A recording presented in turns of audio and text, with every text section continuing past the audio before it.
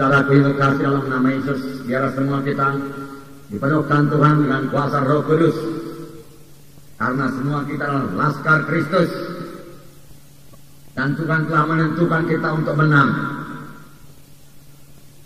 dalam peperangan rohani bagi setiap anak-anak Tuhan. Tuhan bukan hanya mengendaki terhadap setiap anak-anaknya menang, tetapi Tuhan sudah menentukan bahwa setiap anak-anaknya pemenang. Kita memang harus melakukan peperangan rohani, dan Tuhan telah menentukan kita semua untuk menang. Tuhan tidak mau seorang pun anaknya kalah. Saudara boleh berkemenangan, saya boleh berkemenangan, karena itu kehendak Tuhan. Dan Tuhan telah menyediakan segala sesuatu yang kita butuhkan untuk menang. Menang melawan musuh kita. Bukan musuh kita yang menang, kita yang mengalahkan musuh kita. Dan musuh kita itu saudara bukan darah dan daging, bukan manusia. Tetapi musuh kita itu setan iblis, roh-roh jahat di udara, firman Tuhan berkata. Penguasa-penguasa jahat di udara. Tetapi ingatlah satu perkara, mereka itu telah dilucuti. Firman Tuhan berkata demikian, dan kita bisa mengalahkan mereka, kemudian merusakkan pekerjaan mereka, kemudian kita merebut jiwa-jiwa untuk Tuhan Yesus. Nah, setelah kasih dalam nama Yesus, mari kita melihat bagaimana sempurnanya saudaraku laskar Kristus ini. Dan ini terjadi pada akhir zaman. Semua kita tahu bahwasanya kita hidup pada akhir zaman. Waktu-waktu kita sedikit. Dan dalam waktu yang sedikit ini saudaraku, Tuhan mengendaki kita memperoleh satu kemenangan yang besar.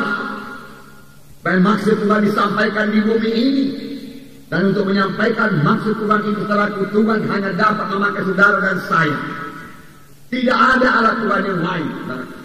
Hanya saudara dan saya, yaitu anak-anaknya yang sudah dia tebus, yang sudah dia selamatkan, dan yang dia lengkapi dengan memberikan Roh Kudus kepada saudara. Saudara sudah dipenuhkan dengan Roh Kudus. Firman Tuhan berkata, Roh Kudus itu kuasa. Kuasa. Kuasa yang ditakuti musuh, saudara. Roh Kudus, saudaraku, adalah kuasa. Setan takluk kepada Roh Kudus. Setan takut kepada Roh Kudus, saudaraku. Dan Roh Kudus itu sudah ada dalam saudara. Biarlah saudara bergerak dalam pimpinan Roh Kudus. Maka dalam hidup saudara akan merusakkan banyak pekerjaan-pekerjaan setan. Saudara tahu banyak pekerjaan setan di dunia ini. Firman Tuhan berkata setan itu datang hanya untuk mencuri, membunuh, membinasakan. Dia merusak saudaraku. Yang baik dan jahat jadi jahat saudaraku. Yang jahat kalau boleh dia bunuh saudaraku. Setan yang memberikan penyakit saudaraku. Setan yang membawa peperangan, pertengkaran saudaraku. Setan yang menyuruh manusia ini saling membunuh satu dengan yang lain. Setan yang menarik manusia ini ke neraka saudaraku. Setan membutakan mata rohani jiwa-jiwa saudaraku. Dan kita ini saudaraku disuruh Tuhan untuk merusakkan pekerjaan-pekerjaan setan saudaraku. Dan kita bisa merebut jiwa-jiwa ke kerajaan surga. Nah, mari kita lihat lebih dahulu tantara ini. Dalam Yoel pasal 2 ayat 7 sampai 11. Yoel pasal 2 ayat 7 sampai 11. Mari kita baca bersama-sama mulai ayat 7. Seperti pahlawan mereka berlari, seperti prajurit mereka naik tembok. Mereka masing-masing berjalan terus dengan tidak membelok dari jalannya. Mereka tidak berdesak-desakan. Mereka berjalan terus masing-masing di jalannya. Mereka menerobos pertahanan dengan tombak. Mereka tidak membiarkan barisannya terputus. Mereka menyerbu ke dalam kota. Mereka berlari ke atas tembok.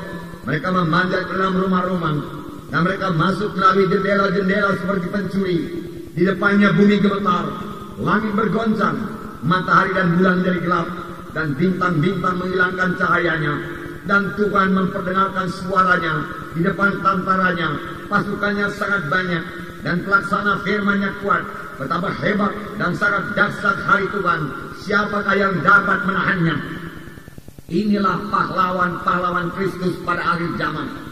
Laskar Kristus pada akhir zaman. Di mana Roh Kudus sudah dicurahkan. Dan sekarang ini Roh Kudus sudah dicurahkan. Sebab dalam ayat 28 dikatakan dalam Yoel pasal 2 ini juga ayat 28. Roh Kudus dicurahkan. Saya membacakannya kepada saudara.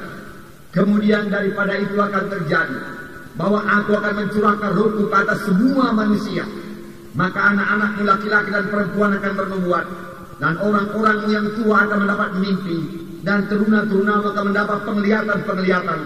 Juga ke atas hamba-hambaku laki-laki dan perempuan akan kucurahkan rohku pada hari-hari itu. Dan roh Tuhan inilah yang akan memimpin segenap anak-anak Tuhan. Roh Tuhan akan memimpin mereka baik melalui mimpi, saudaraku, baik melalui nubuat, baik melalui penglihatan, baik memberikan kuasa, baik dalam memimpin mereka pada segala kebenaran. Ini semua adalah pekerjaan Roh Kudus, supaya serdadu Kristus yang kita baca ini saudaraku berkemenangan. Dan memang sudah ditentukan Tuhan hidup berkemenangan. Kita membaca saudaraku dalam Yoel pasal 2 ayat 7 sampai 11 ini tadi, bahwasanya mereka seperti pahlawan yang berlari, seperti prajurit mereka naik tembok.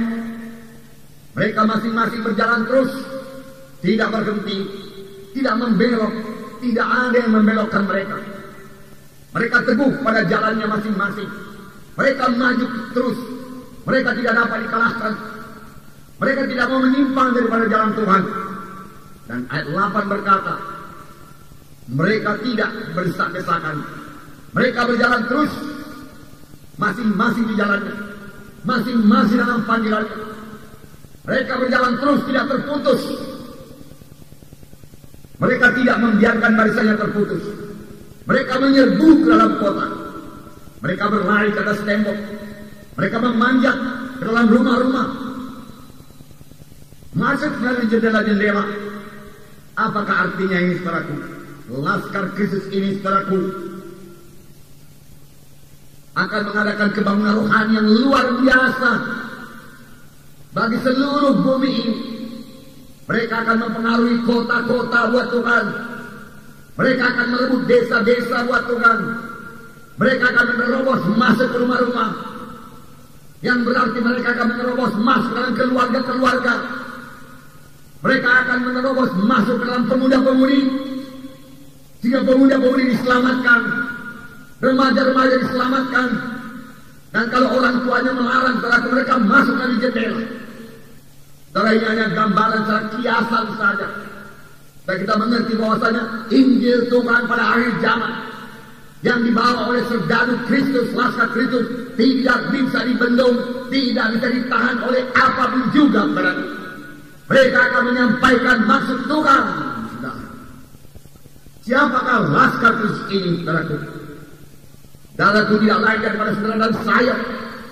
Dan ini terjadi sebagai akibat daripada pencurahan Roh Kudus.